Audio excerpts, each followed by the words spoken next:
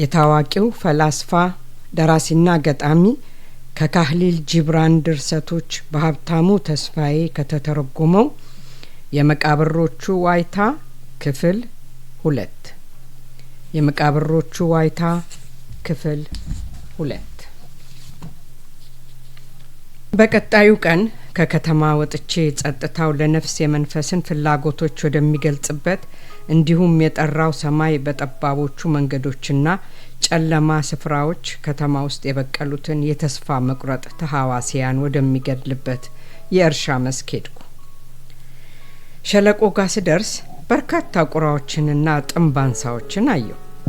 እየተጫጫሁና እያፏጩ ክንፎቻቸውን እያማቱ ዝቅ ብለው በመብረር እያንዣበቡ ሰማዩን ሞልተውታል።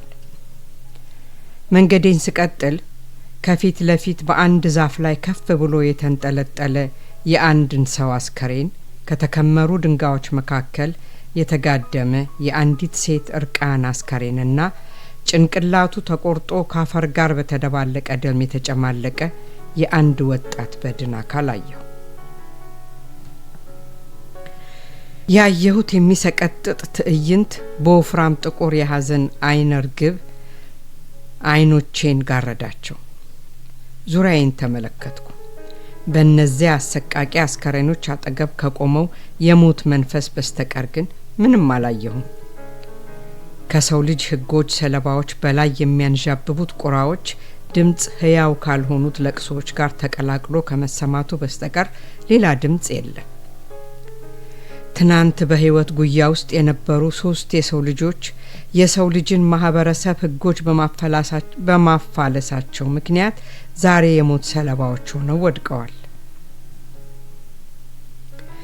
አንድ ሰው ሌላውን ሰው ሲገድል ሰዎች ነፍሰ ገዳይ ይሉታል። አሚሩ አንድን ሰው ሲገድሉ ግን ትክክለኛ ናቸው ይባላሉ። አንድ ሰው ገዳሙን ሲዘርፍ ሌባ ይሉታል። አሚሩ የአንድን ሰው ህይወት ሲዘርፉ ግን የተከበሩ ይባላሉ። አንዲት ሴት ባሏን ስታዋርድ ዘማዊ ነች ይሏታል። በኋላ ላይ አሚሩ እርቃኗን በመንገዶች ላይ እንድትሄድ ሲያደርጓትና በድንጋይ ሲያስወግሯት ግን አሚሩ ጨዋ ይባላሉ። ደም ማፍሰስ በህግ የተከለከለ ነው። ታዲያ ለአሚሩ ደም ማፍሰስን ህጋዊ ያደረገላቸው ማን ነው? የአንድን ሰው ገንዘብ መስረቅ ወንጀል ነው። ነገር ግን የአንድን ሰው ህይወት መንጠቅ የጨዋ ድርጊት ነው። ባልን ማዋረድ አስቀያሚ ተግባር ሊሆን ይችላል። ነገር ግን በህይወት ያለ ሰውን በድንጋይ መውገር ደስ የሚል ትዕይንት ነው። ክፋት በክፋት ተበቀለን ይህንን ህግ ልንለው እንችላለን? ምግባረ ብልሹነትን በበለጠ ምግባረ ብልሹነት እየተዋጋን ይህንን ደንብ ልንለው እንችላለን? ወንጀሎችን በበለጡ ወንጀሎች ድል እያደረግን ይህንን ፍትህ ልንለው እንችላለን? አሚሩ በቀድሞ የህይወት ዘመናቸው አንድን ጠላት ገድለው አያውቁም? ደካማ ከሆኑት ተገዢዎቻቸውስ ላይ ገንዘብና ንብረት ዘርፈው አያውቁም ወይ? ዝሙትስ ፈጽመው አያውቁም? ነፍሰ ገዳይን ሲገድሉ፣ ሌባን ሲሰቅሉ፣ ዘማዊትን በድንጋይ ሲያስወግሩ እርሳቸው ስህተት የማይሰሩ ፍጹም ሰው ነበሩን? ሌባውን ዛፍ ላይ የሰቀሉት እነማን ናቸው? ከሰማየ ሰማያት የወረዱ መላእክት ናቸው ወይስ የሚዘርፉና ስልጣናቸውን አላግባብ የሚጠቀሙ ሰዎች ናቸው? የነፍሰ ገዳዩን ጭንቅላት የቀላው ማን ነው?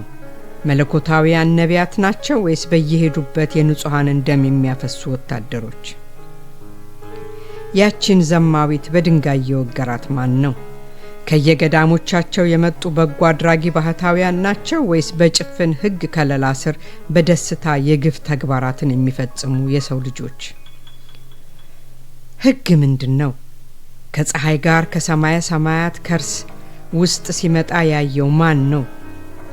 የእግዚአብሔርን ልብ አይቶ የልቡን ፈቃድ ወይም ዓላማ የደረሰበት የሰው ልጅ የትኛው ነው? መላእክት በሰዎች መካከል እየተረማመዱ ደካሞቹን በህይወታቸው እንዳይዝናኑ ከልክሏቸው ሕግ የሚጥሱትንም በጎራዴ ሹል ጫፍ ግደሏቸውና እንደ ብረት በጠነከሩ እግሮች በኃጢአተኞች ላይ ተረማመዱባቸው ብለው የሰበኩት በስንተኛው ክፍለ ዘመን ነበር? በዚህ መልኩ አእምሮዬ እየተሰቃየ ያለ በአቅራቢያዬ ባለው ሳር ላይ የእግር ኮሽታ ሰማሁ። ቀልቤን ሰብስቤ ከዛፎቹ ጀርባ አንዲት ሴት ስትመጣ ተመለከትኩ። በዚያ ወዳሉት 3 በድን አካላት ከመቅረቧ በፊት በጥንቃቄ ዙሪያ ገባውን ተመለከተች። በመጨረሻ የተቀላውን የወጣቱን ጭንቅላት ስታይ በሚያስፈራ ሁኔታ ተንሰቅስቃ እያለቀሰች ተንበርክካ የወጣቱን ጭንቅላት ብርክ በያዘው እጇ አቀፈችው። እንባዋ እንደ ጉድ ይጎርፍ ጀመረ። በደም አባላ የተነከረውን ሉጫ ጸጉሩን በለስላሳ ጣቶቿ እየደባበሰች እንክትክት ብሎ ከተሰባበረው ትራፊ ልቧ በሚወጣ ድምፅ ተንሰቅስቃ አለቀሰች። ሐዘኗን መቋቋም ስለተሳናት ትዕይንቱ ከዚያ በላይ ለማየት አልቻለችም። አስከሬኑን ወደ አንድ ጉድጓድ ጎትታ ወሰደችውና ቀስ በላ በትከሻዎቹ መካከል ጭንቅላቱን አኖረችው። መላውን በድን አካል አፈር ካለበሰችው በኋላ በመቃብሩ ላይ የወጣቱ ጭንቅላት የተቀላበትን ጎራዴ ተከለችው። ከዚያ ቦታ ለመሄድ መራመድ ስትጀምር ፈጠን ብዬ ወደ እሷ ሄድኩኝ። ስታየኝ በፍርሃት ተንዘፈዘፈች። አይኖቿም እንባ ረገዙ። በረጀሙ ተነፈሰችና ከፈለክ ላሚሮ አሳልፈ ስጠኝ፣ ሕይወቴን ከውርደት ያዳነውን ሰው አስከሬን ለተራቡ አውሬዎች እራት እንዲሆን ትቼው ከሚሄድ ይልቅ ሞቼ ብከተለው ይሻለኛል አለች። ምስኪኗ ልጃገረድ እኔን አትፍሪኝ፣ ካንቺ በፊት ለወጣቱ በጣም አዝኛ አልቅሼለታለሁ። ነገር ግን እስኪ ንገሪኝ፣ እንዴት አድርጎ ነው ከውርደት ያዳነሽ ብዬ ጠየቅኳት። በደከመ ድምፅ ከአሚሮ መኮንኖች አንዱ ግብር ለመሰብሰብ ወደ እርሻ መሬታችን መጥቶ ነበር። እኔን ሲያየኝ የበግ ግልገል እንዳየ ተኩላ ሆነ። በአባቴም ላይ አንድ ሀብታም ሰው እንኳን ሊከፍለው የማይችለውን ብዙ ግብር ጫነበት። አባቴ ግብሩን ለመክፈል ባለመቻሉ እኔን ወደ አሚሩ ዘንድ በመያዣነት ሊወስደኝ አሰረኝ። እንዲተወኝ ተማጸንኩት። ነገር ግን ምሕረት የሚባል ነገር ስለማያውቅ ለልመናዬ ትኩረት አልሰጠውም። ሰው እንዲያስጥለኝ ብዬ ጮኽኩ። በዚህ ጊዜ ይህ አሁን በሕይወት የሌለው ወጣት እኔን ለማስጣል ሲል መጣና ከሕያው ሞት አዳነኝ። መኮንኑ ሊገድለው ሞከረ። ይህ ሰው ግን በቤታችን ውስጥ ግድግዳ ላይ ተሰቅሎ የነበረውን ጎራዴ አንስቶ ወጋው። እንደ ወንጀለኛ ሸሽቶ ለማምለጥ ግን አልሮጠም።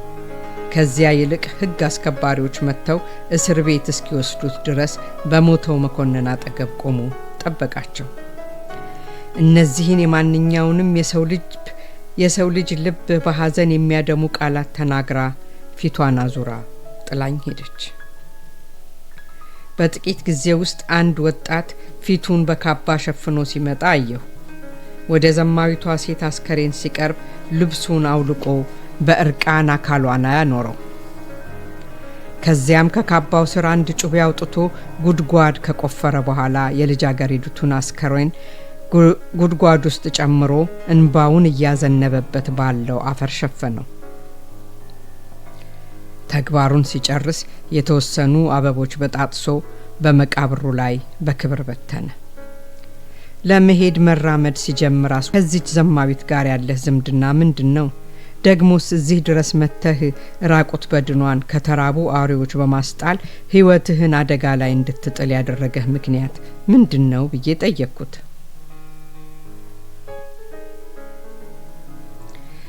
አሳዛኝ አይኖቹ ላይ የደረሰበትን መከራ ነበብኩ።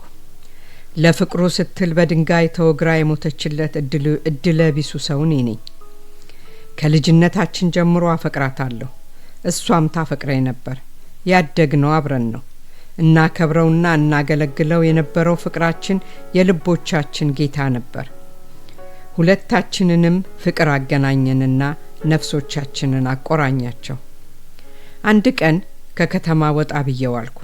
ስመለስ አባቷ የማታፈቅረውን ሰው እንድታገባ እንዳስገደዷት አወቅኩ። ከዚያ በኋላ የማያቋርጥ ትግል ሆነ። ተስፋዬም ጨለመ። ልቤን አደብ ላስገዛው በሞክርም ሊረጋጋልኝ አልቻለም። አይኗን ለማየት ወሰንኩ። ብቸኛው ዓላማዬ ውብ አይኖቿን ለማየትና ለስላሳውን ድምጿን ለመስማት ነበረ። ቤቷ ስደርስ ብቻዋን ሆና በእድለ ቢስነቷ ታነባለች። አጠገቧ ተቀመጥኩ። ጸጥታ አነጋገረን። ቅንነትም ወዳጃችን ሆነ።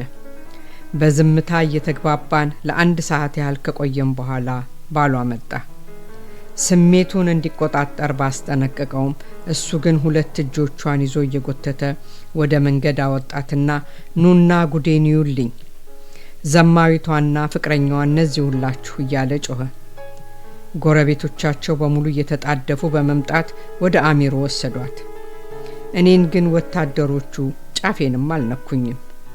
ደንቆሮ ሕግና የበሰበሰው ልማድ በአባቷ ጥፋት ሴቲቱን ቀጥተው ለወንዱ ይቅርታ አደረጉለት። ሰውየው ይህንን ተናግሮ ፊቱን ወደ ከተማው አቅጣጫ ሲያዞር እኔ ደግሞ በረጅሙ ዛፍ ላይ ተሰቅሎ ነፋስ በነፈሰ ቁጥር በቀስታ የሚወዛወዘውን የሌባውን አስከሬን ፈዝጄ እያየሁ ቀረሁ። የሰውየው አስከሬን አንድ ሰው አውርዶት ለሰው ልጅ ክብር ሲሟገት ከሞተው ወጣትና ለፍቅር ሰማዕት ከሆነችው ሴት አጠገብ በመሬት ሆድ ውስጥ እስኪያጋድመው ይጠባበቃል። ከአንድ ሰዓት በኋላ አንዲት ጎስቋላና ምስኪን ሴት እያለቀሰች መጣች። ከተሰቀለው ሰው ፊት ቆማ በአክብሮት ከጸለየች በኋላ ተፍጨርጭራ ዛፉ ላይ በመውጣት በጥርሶቿ የተንጠለጠለበትን ላይነን ገመድ በጠሰችው። ሟቹ እንደ ትልቅ እርጥብ ጨርቅ መሬት ላይ ተነጠፈ። ሴቲቱም ከዛፉ ላይ ወርዳ ጉድጓድ ቆፍራ ከሌሎቹ 2 ሰለባዎች አጠገብ ቀበረችው። አፈር ካለበሰችው በኋላ 2 እንጨቶችን ወስዳ የመስቀል ቅርጽ በመስራት ከመቃብሩ ራስጌ አስቀመጠች። ፊቷን ወደ ከተማው መልሳ መሄድ ስትጀምር አስቆምኳትና መተሽ ይህንን ሌባ እንድትቀብሪው ምን አነሳሳሽ ብዬ ጠየቅኳት። ብስጭት ብላ አይታኝ ታማኝ ባለቤቴና ሩህሩህ አጋሬ ነው። በረሃብ ለመሞት እያጣጣሩ የሚገኙ 5 ሕፃናት ልጆቼም አባት ነው። ትልቁ ልጃችን 8 ዓመቱ ሲሆን የመጨረሻው ገና ጡት አልጣለም። ባለቤቴ ሌባ አልነበረም። የገዳሙን የእርሻ መሬት እያረሰ ማታ ወደ ቤቱ ሲመለስ መነኮሳቱና ቀሳውስቱ በሚሰጡት ፍርፋሪ ሕይወታችንን ያቆይልን የነበረ ደግ ገበሬ ነው። ከልጅነቱ ጀምሮ ያርስላቸው ነበር። እድሜው እየገፋ ጉልበቱ ሲደክም ወደ ቤቱ እንዲሄድና ልጆቹ ሲያድጉ የእሱን ቦታ ይረከቡ ዘንድ እንዲልካቸው መክረው አባረሩት። የኢየሱስንና የሰማያቱን መላእክት ስም እየጠራ ስራውን ይቀጥል ዘንድ እንዲፈቅዱለት ተማጸናቸው። እነሱ ግን ልመናውን ከቁብም አልቆጠሩለትም። ለሱም ሆነ ችጋር እየጠበሳቸው ምግብ ስጠን እያሉ ለሚያለቅሱት እድሜያቸው ለስራ ያልደረሰ ምስኪን ሕፃናትም አላዘኑ። ስራ ፍለጋ ወደ ከተማ ቢሄድም ልፋቱ ሁሉ ከንቱ ሆነ። ሀብታሞች ጠንካራና ጤነኛ ሰዎችን ካልሆነ በስተቀር አይቀጥሩም። ስለዚህ ወደ መንገድ ወጥቶ አቧራ ላይ በመቀመጥና አላፊ አግዳሚውን እጆቹን እየዘረጋ በህይወት መረታቱን በመግለጽ በሐዘኔታ ደጋግሞ እያዜመ መለመን ጀመረ።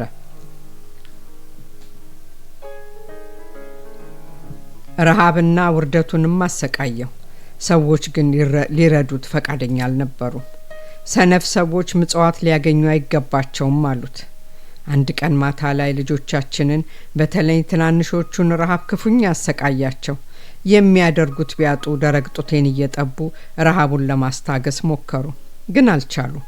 ይህንን ያየው ባለቤቴ የፊቱ ገጽታ ተለዋውጦ የሌሊቱን ጨለማ ተገን አድርጎ ከቤት ወጣ። ወደ ገዳሙ ጎተራ ዘልቆ በመግባት አንድ መስፈሪያ ስንዴ ይዞ ለመውጣት ሲሞክር መነኮሳቱ ከተኙበት ተነስተው ያለ ርህራሄ ደበደቡትና አሰሩት። ጠዋት ሲነጋ ከአሚሩ ፊት አቅርበው ወደ ገዳሙ የመጣው የመሰዊያውን የወርቅ ጽዋዎች ለመስረቅ መሆኑን በመግለጽ ከሰሱት። ከዚያ በኋላ እስር ቤት ገባ። በሁለተኛውም ቀን ተሰቀለ። እሱ በገዛ ላቡ ባመረተው ስንዴ የተራቡት ትናንሽ ልጆቹን ሆድ ለመሙላት ነበር የሞከረው።